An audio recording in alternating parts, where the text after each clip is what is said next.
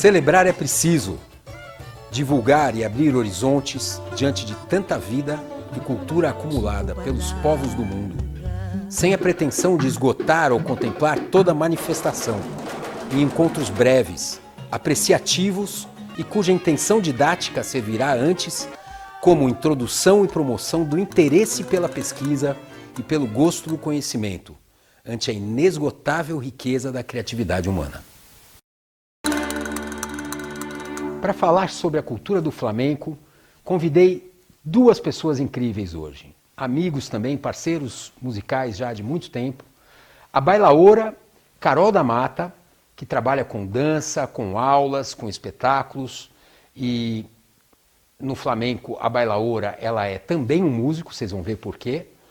E o guitarrista, excepcional guitarrista, que morou por 10 anos na Espanha, super compositor, Yuri Caires.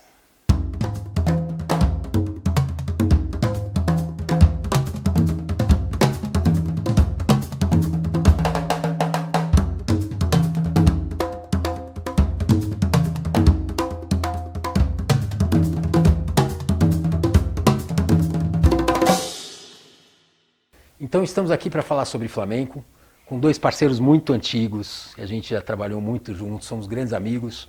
Yuri Caires, Carol da Mata, guitarrista flamenco, agora cantaor. Olê! Olê! E ela bailaora e agora estudante de pedagogia. Maravilha! Então, olha, nós vamos falar um pouco sobre flamenco, que é esse tipo de arte que vem de um caldeirão de culturas diferentes, com uma herança bem antiga da Península Ibérica, né? O flamenco nasce na Andalucia, região sul da Espanha, e com uma mistura muito poderosa, né? Que se a gente pensar que durante 8 séculos houve a moreria nessa região, misturando a cultura moura, judaica, sefaradita, cristã dos europeus da região, mas antes disso ali houveram romanos, os fenícios, né? Fenícios. Os próprios ciganos vêm da Índia, né? Ou os hindus, ciganos, enfim. Passa pelos países árabes e sobe ali, entra na Península Ibérica. Visigodos. Visigodos, perfeito. Né? Olha só, é um caldeirão. Então, assim como a mestiçagem compõe a nossa cultura aqui no Brasil, a nossa cultura já vem da mestiçagem anterior a isso, porque Espanha e Portugal viveram essa história, né? Sim. Então, essa herança está aí. Conta um pouco mais disso aí pra gente, Yuri. E é um fato, porque quando enfim, eu fiquei de férias lá em Portugal, eu morei bastante tempo na Espanha e fui de férias lá. Todos os castelos ali do sul de Portugal é tudo alcáçar, né? É tudo árabe. Castelo de Mouro. Inclusive, a prima da minha ex-namorada lá, ela trabalhava num castelo e a gente pôde visitar lá. Uau. Tudo árabe, exatamente, né? Ou seja, essa herança está aqui. Super, né? E na música, pela flamencologia da Espanha, sem os árabes não haveria flamenco. Ou seja, a impressão árabe na música flamenca, ela é muito grande. Tem toda essa mistura, obviamente, né? Inclusive com coisas eruditas, né? Que sempre o pessoal ouvia os concertos da rua e saía improvisando e pegando as melodias, Aquela inspiração. E, obviamente, você tem isso inserido no flamenco, mas a música árabe, assim, o jeito de cantar, as divisões, fórmulas rítmicas, totalmente, né? O flamenco é fundamentalmente árabe, né? Você sabe que eu tenho um projeto com o Guilherme de Camargo, que é especialista em cordas antigas. Que legal. E é professor aqui da EMESP também. E nesse duo, grande fatia do repertório é a música espanhola do Renascimento. Olha lá. Que vem diretamente desse eco, Gaspar Sanz. Gaspar Sanz? Compositor, quer dizer, é o erudito daquela época, mas ao mesmo tempo não é erudito, né? Tem ali toda uma raiz popular e que você já vê os germes do flamenco ali. Com certeza, compassos, sabe? Compassos com Emílula. Fantasia o 3-3-2-2-2, que na verdade eles falam 2 3 pequenos e um 3 grande, né? 1, 2, 3, 1, 2, 3, 1, 2, 3, 1, 2, 3. Esse é o pensamento da Emílula antiga, né? Olha que legal. Então já vê que o compasso, né, já está aí de alguma maneira sendo formulado e tudo, né? E você que também tocou bastante música sefaradi, né? Também, até hoje, com a Fortuna, são 15 anos, né? Sim, a música sefaradi tem coisa que você pega que você literalmente eu seguiria, né? Literalmente, sim. É muito compasso assimétrico. E o querril, né? A coisa do querril, dos melismas, né? Exatamente. Isso tudo vem por aí, né? Sim, muito bem lembrado, porque fundamentalmente o flamenco, assim como toda a música, né? Ela vem deste primeiro instrumento, né? realmente da voz. A fórmula melódica, né, como ela fica impressa na música flamenca, óbvio, né, vindo dos árabes e de todas essas nações, né, e raças, como você falou. E agora, Carol, quando a gente começa a pensar os ritmos, né, que aqui a gente está falando, esses episódios, a gente busca a rítmica, né, a gente vai falar de uma coisa que no flamenco é a grande paisagem, né, sonora do flamenco, que está dividida em palos, né, que são ritmos, melodias, são diversas formas de organizar, né, o flamenco em coisas que ancestralmente eu acho que eram até mais regionais, né? Era um ritmo de uma certa cidade, outro de outra e tal, e depois foi virando uma catalogação de tudo em torno de um conceito que é o flamenco, né? E fala pra gente um pouco disso. Basicamente a gente pode pensar que os ritmos do flamenco são como se fosse uma árvore.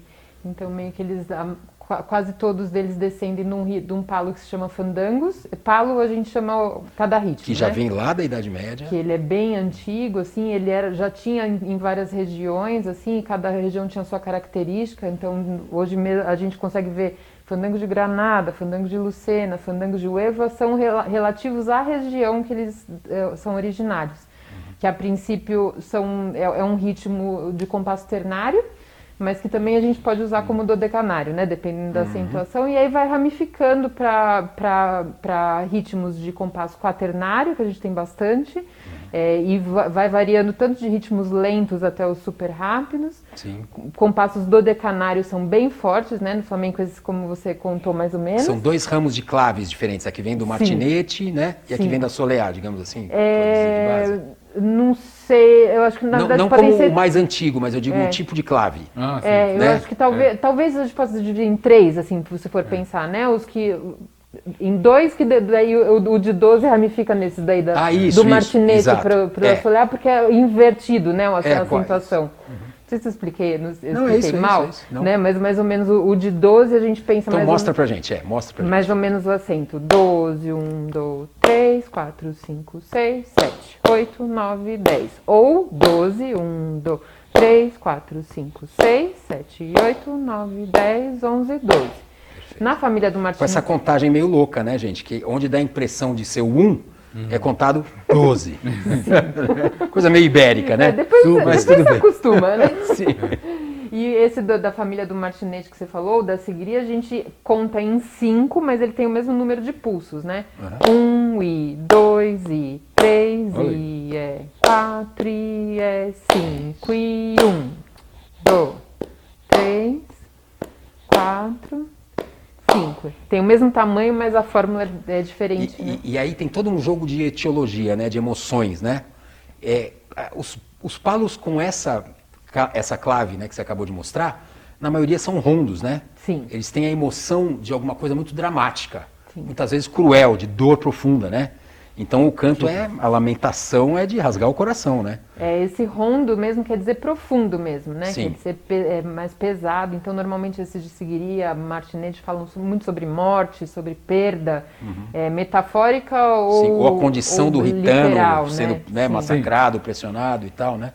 Já outros palos são chicos ou festivos e tal. Sim. Então o Flamengo tem uma variedade muito grande assim nessa. Basicamente para cada emoção humana tem pelo menos uns 4 palos que a gente... E tem uma coisa curiosa que assim, no Brasil, com a herança africana, esse caráter ibérico ele foi amansado.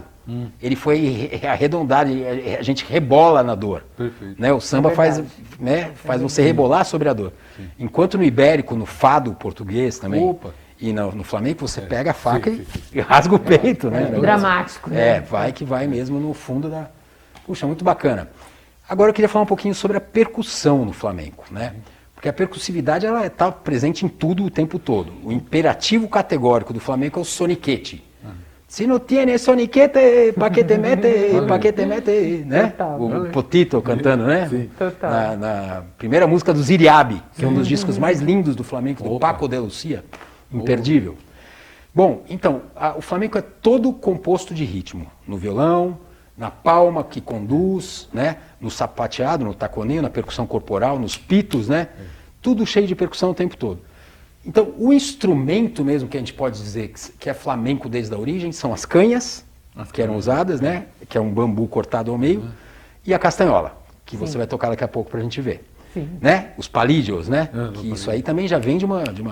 Se você vê no norte da África, tem as castanholas de metal, que são os carcabu, e tem Super. vários tipos, E na né? Índia, né? Eu tenho em casa, os Snood. madeirinhas, né? Dos... Nudes. Isso é do Snood. Rajastão. Rajastão. Ah, não, Snood é árabe, né? Snood é árabe, Ah, mas Tem várias enfim, modalidades assim, né? Está ali, né? E o cajón, né? É um instrumento que entra, eu acho que já na modernidade do flamenco, Sim. né? Principalmente foi com o Paco de Lucia, Foi ele. que descobriu, ele queria já revolucionar o flamenco, ele muito jovem já tinha feito de tudo, né? Sim. E ele quis formular um flamenco moderno, contemporâneo e tal. Ele viu um grupo tocando, essa é a história que eu conheço. Sim. E esse grupo era Jorge Pardo, o Carlos Benavente. Carlos Benavente e o brasileiro Ah, o Rubem Dantas. Rubem Dantas, né? Um baiano figuríssimo que foi realmente um dos primeiros percussionistas do flamenco. Um dos, sim. Né? Sim, sim. Introduziu Principalmente esse o instrumento, cajón, o cajón, né? E o cajón, o que acontece? Olha só, eu vou contar uma anedota só para... Eu já, né, você, quando vê alguns vídeos mais antigos do Paco, às vezes com conga, os cubanos tocando, bongô, tem nota, né? Esses instrumentos têm nota. Total. Né? É. Eu acho que interfere na linguagem, a pegada do é. instrumento de africano e tal. E uma vez eu estava chegando para fazer um show, eu subi as escadas, eu era o carroneiro. Eu ouvi um carrom no palco, passando som. Eu falei, ué, se equivocaram, alguém chamou outro carroneiro, né? Subi as escadas, olhei no palco, não tinha carrom. Era o violão a palo seco. Animal. Era o violão a palo seco. Esse timbre, tá, faz aqui pra gente, ó. É um carrom. Então acho que quando o Paco ouviu, acho que foi o Paco, né? É. No México. Ah, com que eu- certeza ele é amplificado, né? ele, sabe esse sem nota, essa coisa rasgada e tal? Putz, casou.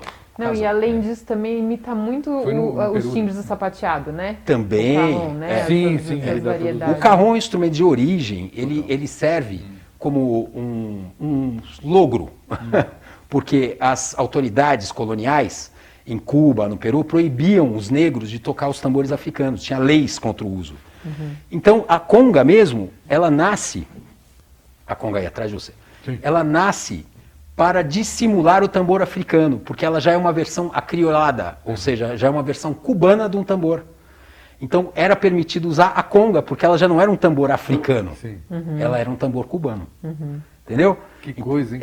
E o carrom a mesma coisa, o carrom simulava os tambores originalmente, tanto que eram 3 carrons no início. Né? Esse carrom que é o, digamos, o usado atualmente, uma carrita e uma caixa média que eram tocados no colo. E era caixa de pescado, caixa que chegava de Caixa de peixe no pesca, porto, Demais. de frutas, entendeu? Foi assim que surgiu o carrom. Eu uso esse carrom hoje, que é produzido por um luthier brasileiro de primeira linha. Eu já provei carrons de vários grandes luthiers da Espanha, tive vários carrons já, mas esse aqui, a G Percussion, do Alejo, é alguma coisa muito especial. Olha o som do carrom, né?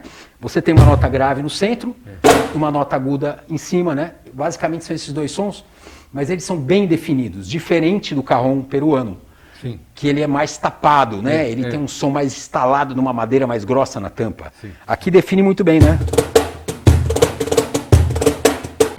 Olha aí. Né? As notas vêm com muita clareza. Sim. Então, eu acho que nessa ênfase do flamenco moderno casou muito bem com o contexto, né, com saxofone, baixo, Nossa. né, guitarra e tal. Tudo isso virou uma amálgama que renovou um pouco a linguagem e a sonoridade flamenca. E hoje em dia é impensável você ver flamenco sem carrom, né? É, E, inclusive, as bandas brasileiras de pop, a maioria do pessoal usa Pronto. carrom. É, Não? sim. E até samba também vi, Tá, pagode de tudo, também. claro. O pessoal sempre sentado no carrom. Sim, virou. Às vezes na bateria, O sim. instrumento que era a timba, não sei se vocês lembram, de boteco, que era com Sim, uma vassourinha, pode crer. e aqui assim, tocando no couro, Sim, sim. virou o carrom, Virou né? o carrom. Porque Demais. simula uma bateriazinha, né? É genial. Mas realmente assim, se você pode estudar o fundamento de um instrumento numa linguagem, digamos, tradicional, Sertanejo também. do carrom você vai estudar os landós, os festejos, as valsas peruanas e os palos flamencos, entendeu? Sim. Porque aí você vai ver onde o carrom chegou e se desenvolveu numa linguagem profundamente, né? Não é só o auê de você botar ali para tocar um pop rock, né? Sim, é verdade. Gente, maravilha. Obrigado por vocês Obrigada, virem. A gente vai Bé. fazer uma canja aqui agora maravilhosa. Estamos juntos. Obrigadão.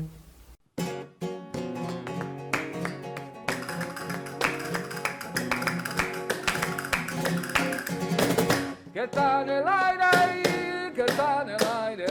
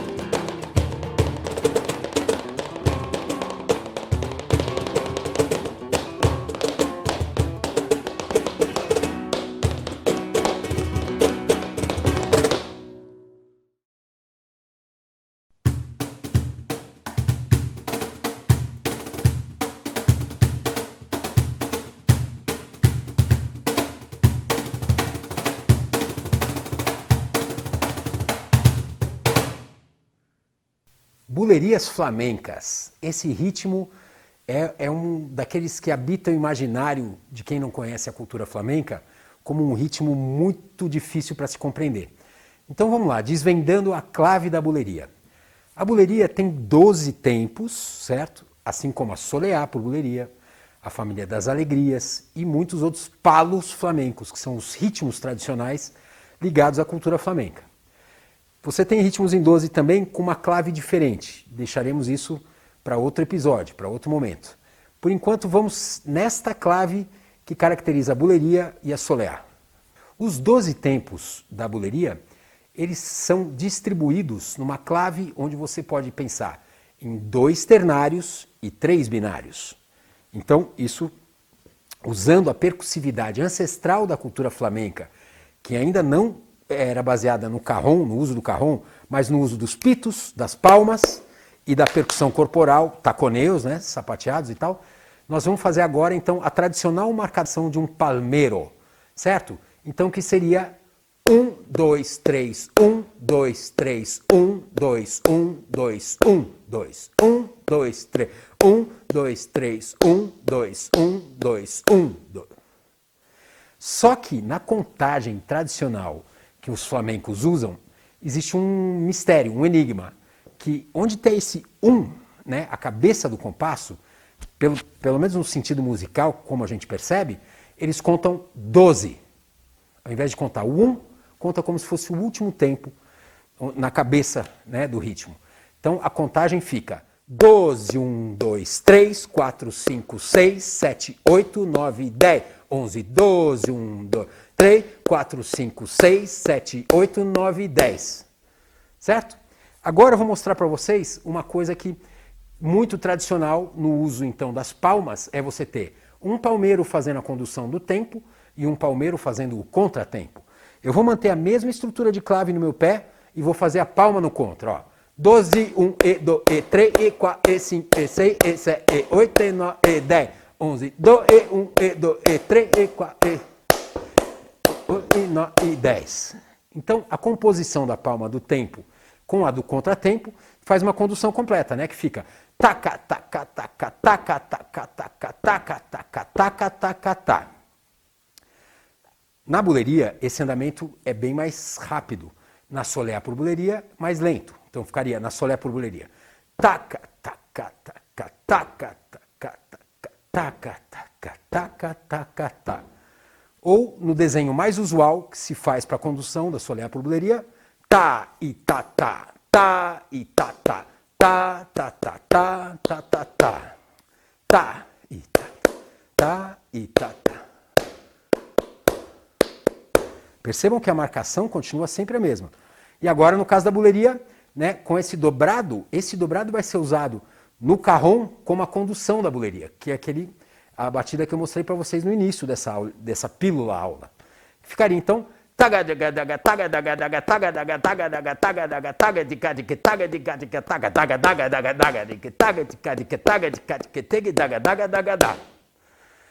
então é isso, meus amigos. Obrigado. Até a próxima.